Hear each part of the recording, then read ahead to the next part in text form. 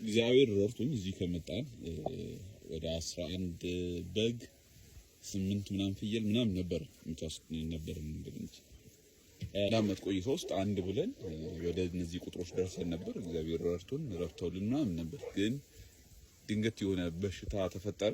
ድንገት የመጣ በአንድ ሳምንት ውስጥ ሁሉም በግና ፍየል ሞቶ አለቀ ማለት ነውና አሁን ላይ በራሳችን ላይ ምንም አይነት በግ ፍየልም የለም ማለት ነው።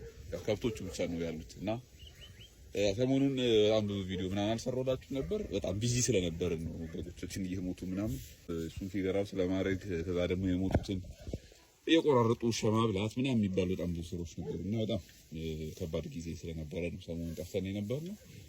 ያው ህይወት ይቀጥላል። እግዚአብሔር ይሰጣል።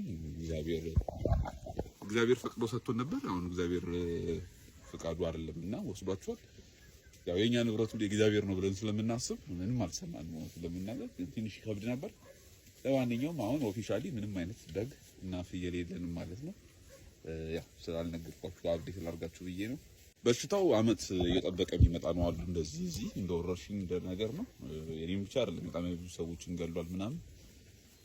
ቀድሞ መከላከል ይቻል ነበር፣ ግን እኔ እንደዚህ አይነት በሽታ እንዳለ ማላቀም ነበር። እዚህ ያሉት ሐኪሞች እንደዚህ አይነት በሽታ አለ ይሄን መድኃኒት ስጥ ምናምን አላሉኝም ነበር፣ አላቀም ነበር ማለት እና አለማወቃችንም ጭምር ነው እንደዚህ አይነት ዋጋዎች እንድንከፍል ያደረገን። አጠቃላይ ወደ 20 ምናምን እንስሳ አተናል ማለት ነው በአንድ ሳምንት ውስጥ።